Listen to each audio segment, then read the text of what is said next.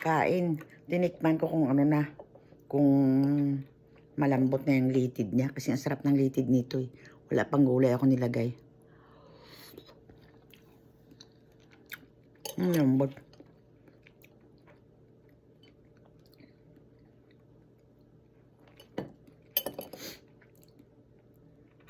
Ano pa lang to, tikim. Tikim kung malambot na yung litid niya. Paborito kasi ang litid ng baka. Kahit sa manok, yung mga joint niya, yung mga malambot na buto, inunguya ako talaga yun.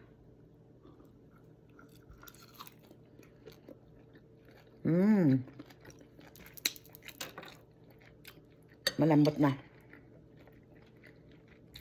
At ang gabi ay malambot na rin.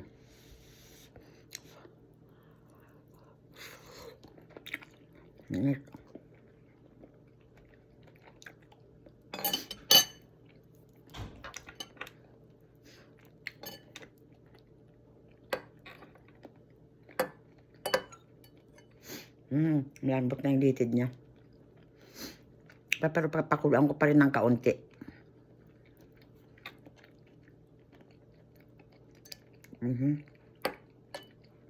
Ito yung banmaro niya.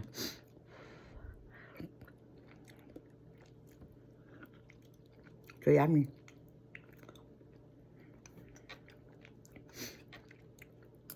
Ang sarap ng sinigang na ganito. Hindi ka mauumay. Sabi nila maganda rin tong bonmaro sa ano natin, sa memory. Para hindi tayo magkaroon ng maagang magkaroon ng amnesia. Nagkaka-amnesia, no? Kain tayo. Sarap talaga. Promise. Thank you for watching and kindly follow for more of my videos. Sinigang na bonmaro na merong taro. Malambot na yung mga litid niya. Tikman ko pa tong isa.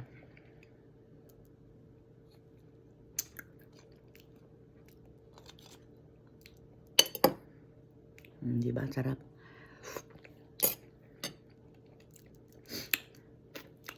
Beef na bonmaro na sinigang.